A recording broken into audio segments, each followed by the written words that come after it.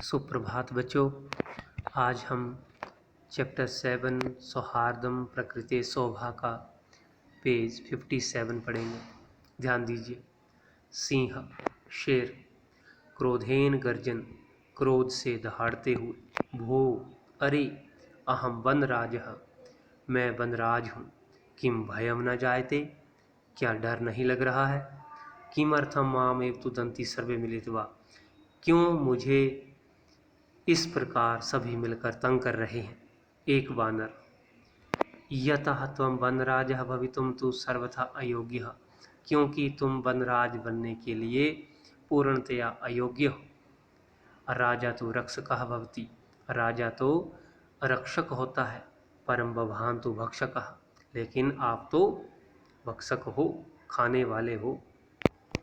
अपीच और भी, स्वरक्षायाम अपि समर्थः नासि, अपनी रक्षा में भी समर्थ नहीं हो। तर्हि कथम अस्मान् रक्षयिष्यति, तो कैसे हमारी रक्षा करोगे। अन्य वानर। दूसरा वानर। किम न श्रुता त्वया पंचतंत्रोक्ति, क्या तुमने पंचतंत्र की ये बात नहीं सुनी है। यो न रक्षति वित्रस्तान पीड्यमाना परैः सदा, जो दूसरों के द्वारा दुखी किए जाने वाले लोगों की हमेशा रक्षा नहीं करता है। जंतून पार्थिव रूपेण सकृतांतः न संशयः, वह प्राणियों का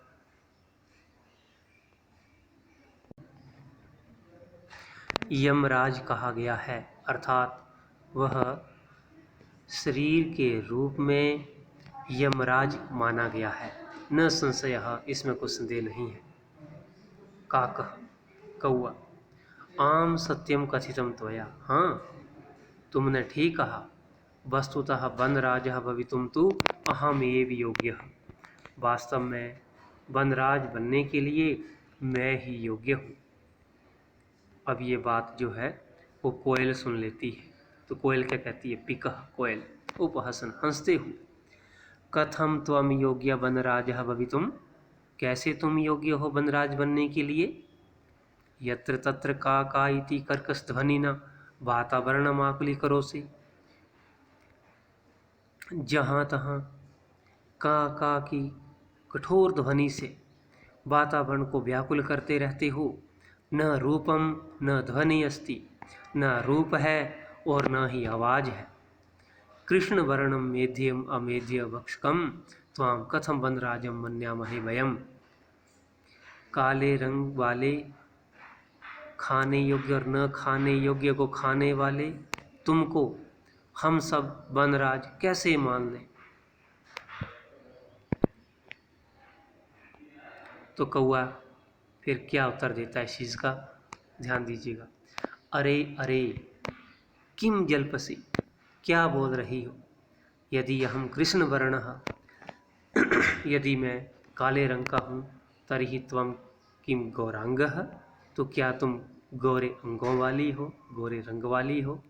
अपीच और भी, विस्मर्यते किम, क्या भूल गई। यत मम सत्य प्रियता तो जननाम कृते उदाहरण स्वरूपा, कि मेरी सत्य प्रियता तो लोगों के लिए उदाहरण के स्वरूप है।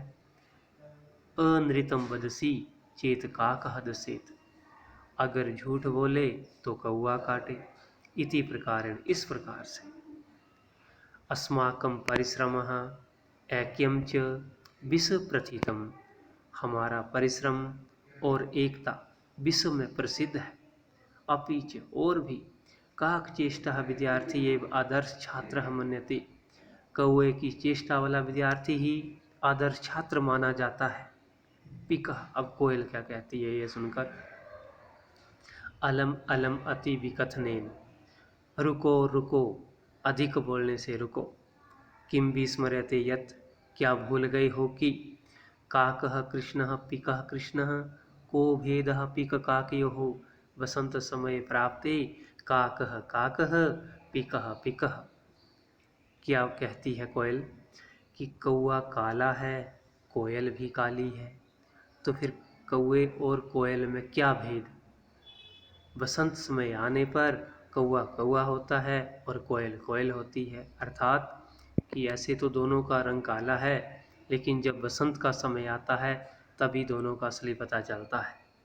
ठीक है, क्योंकि बसंत के मौसम में कोयल बहुत मधुर ध्वनि में कूकती है और कौआ तो हमेशा का की ही ध्वनि करता है, का कह। अब कौआ जब ये सुन लेता है तो क्या कहता है, अरे परभृत, अरे कोयल, अहम यदि तब संततिम न पालयामि, अगर मैं तुम्हारी संतान को नहीं पालता हूँ, तरही कुत्र स्युपिकाः, तो कोयले कहाँ से।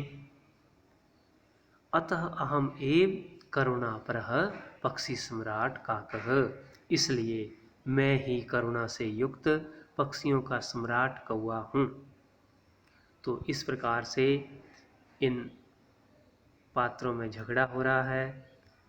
मूल विषय को समझने का प्रयास कीजिएगा और आगे बचे हुए चैप्टर को पढ़िएगा ध्यान से। Okay, thank you.